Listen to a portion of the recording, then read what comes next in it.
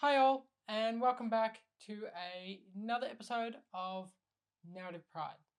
Today I wanted to speak about something that's quite serious and can have a really detrimental impact to people starting in their transition and even those contemplating and trying to work things out themselves, and that is gatekeeping.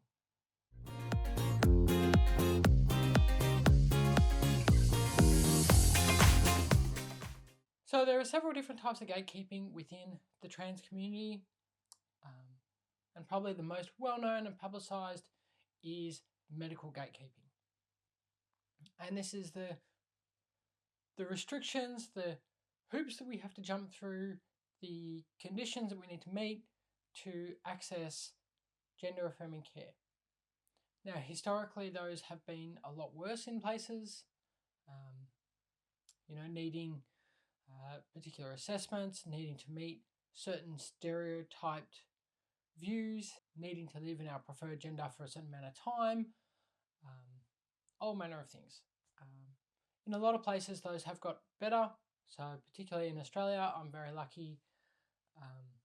You can access hormone treatments through the informed consent model, which is a lot more accessible, a lot less requirement for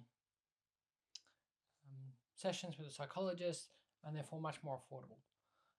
In addition, in Australia, our hormones are actually part of the PBS, so they're government subsidised, so the cost of actual treatment is far less prohibitive.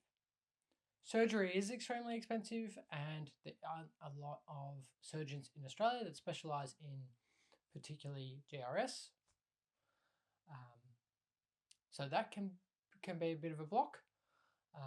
But in a lot of ways, we've made really great progress here in Australia from that medical gatekeeping. Although particularly if you don't have any money or you are dependent on the public health service, getting through waiting lists and getting in to see a clinic can be especially time consuming, can still take a couple of years. So we're still not in an ideal situation, but we are a lot better than other countries, particularly with a lot more legal restrictions coming in place, places in the US and the UK and elsewhere around the world. But I'm not really here to talk about medical gatekeeping. There are people that are well informed about those processes in different countries and also the history of it. But what I really wanted to focus on is social gatekeeping. And the reason why I brought up the medical gatekeeping before is that some of it informs what has happened a little bit in the trans community.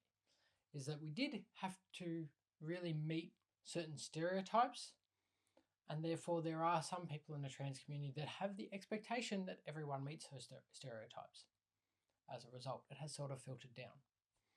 And that might be out of the fact that they, in the past, had to meet those standards, or it could be that they were taught to believe the stereotypes. Some of those things like, oh, well, they must have played with girls' toys as a kid, and they must have always wanted to wear a dress, or see themselves as ultra feminine, or conversely ultra masculine, those fitting into like really extreme stereotypes of gender. That you need to live as your preferred gender for something like 2 years and really go through those hardships of being attacked and ridiculed because you obviously don't pass at all and all this sort of stuff. There are those who believe that to transition, you need to be able to pass, and that is the ultimate goal. And if you can't or have no hope of passing, that you should never really start to transition. So all of these ideas come from a basis in some of that medical gatekeeping that we've had to deal with, but also societal views and the societal story that has really been spread to try and make people sort of understand transgender personalities, but also to really, that's crept into popular culture. The trans girl that always knew that they were a girl and always plays with the girls' toys and all those sort of stuff. So those stereotypes aren't really helpful. particularly when they infect the trans community itself. Because it means that, there are people like me reaching out to the community, starting their journey, who encounter some of those responses. Now, particularly if you're just trying to work out yourself, you're trying to understand whether you are trans. And if you look through Reddit, there are so many posts that are, am I trans? Oh, I think I'm trans. And all these sort of questioning, who are looking for that validation, that affirmation. They think they are trans. They see and they feel a certain way, but they're not sure.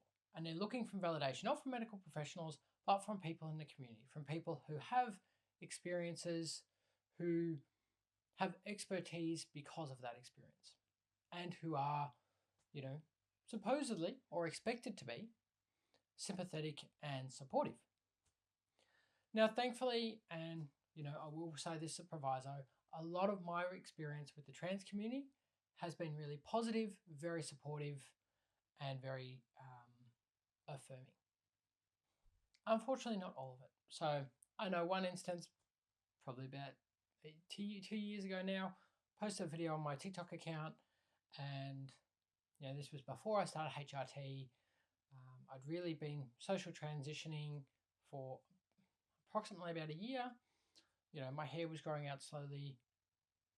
I was still learning to perfect my makeup and work things out. But like posting on TikTok because I wanted to share my journey and have had a lot of positivity and good connections from that. But this person, totally different. They, commented that, while they recognized that I was trans, they said that I shouldn't transition because I had no hope in passing. And that I just sort of needed to deal with it and sacrifice myself and not transition because that will help the community, because I need to be able to pass. If you can't pass, you shouldn't transition. Now that hurt a lot because it was a bit of a rejection from people that I expected to be supportive. Here was another trans person saying that I should not transition. I should be stuck in this state of self-loathing, dysphoria, and depression just because they made a judgment that at this point I would never pass, and therefore, what's the point? Because passing is the be-all and end-all. Thankfully, I had a lot of followers who jumped on this person pretty quickly, really attacked them for how hurtful that could be, and were very validating of me. So it helped gain some perspective, as this was just one voice, not the majority.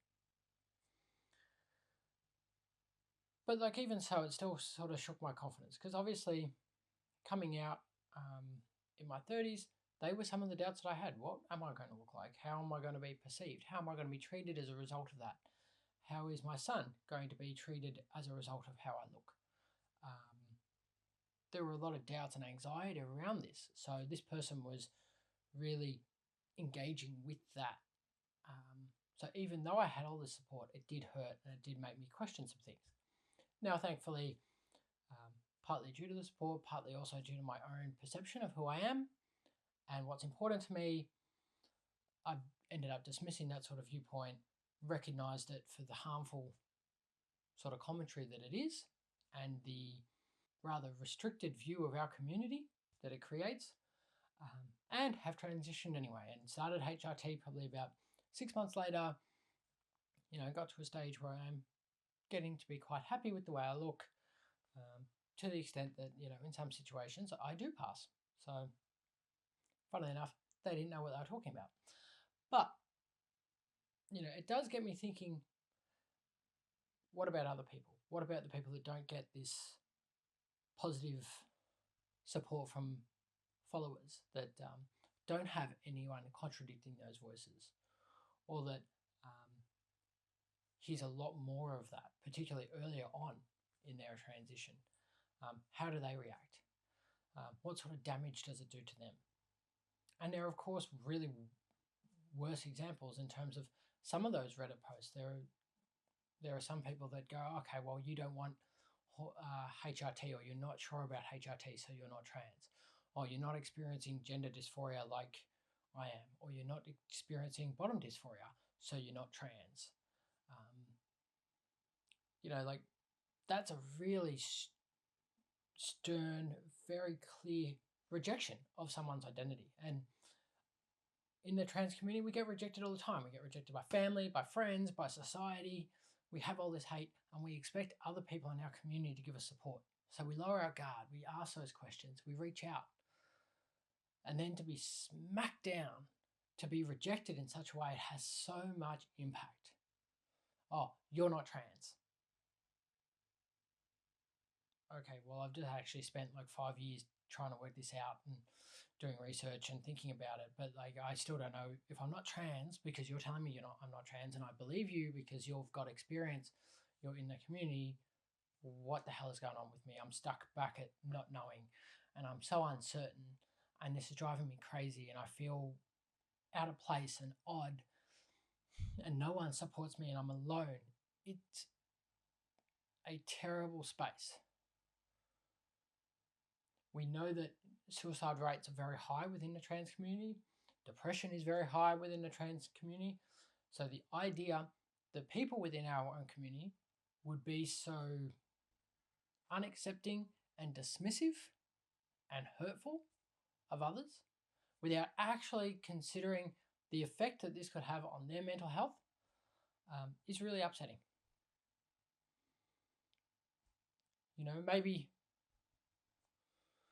Maybe in those situations we need to go back to the old, if you don't have something nice to say, don't say anything at all. Like seriously, if someone's commenting on Reddit asking whether they're trans and you don't believe they are, just shut up. Like if you're not going to help, you're part of the problem. You're entitled to your views. I don't follow them. I don't prescribe to that. I know most of the trans community don't prescribe to that. But funnily enough, it doesn't mean that you can reject or attack someone else. Just don't comment. Because while you might be trying to think of it as some bigger political statement of like, oh, I'm sick of the way the rest of the trans community is accepting everyone who just thinks that they're trans and doesn't meet any of these requirements. It's not about some political statement if you're responding to someone online or in person. It's a person who is reaching out, who needs help, who needs support. Don't just reject them. Like, I wish I could change your mindset, but I'm probably not going to. At least try and think about the harm that you're doing and stop doing it, because that gatekeeping is so painful.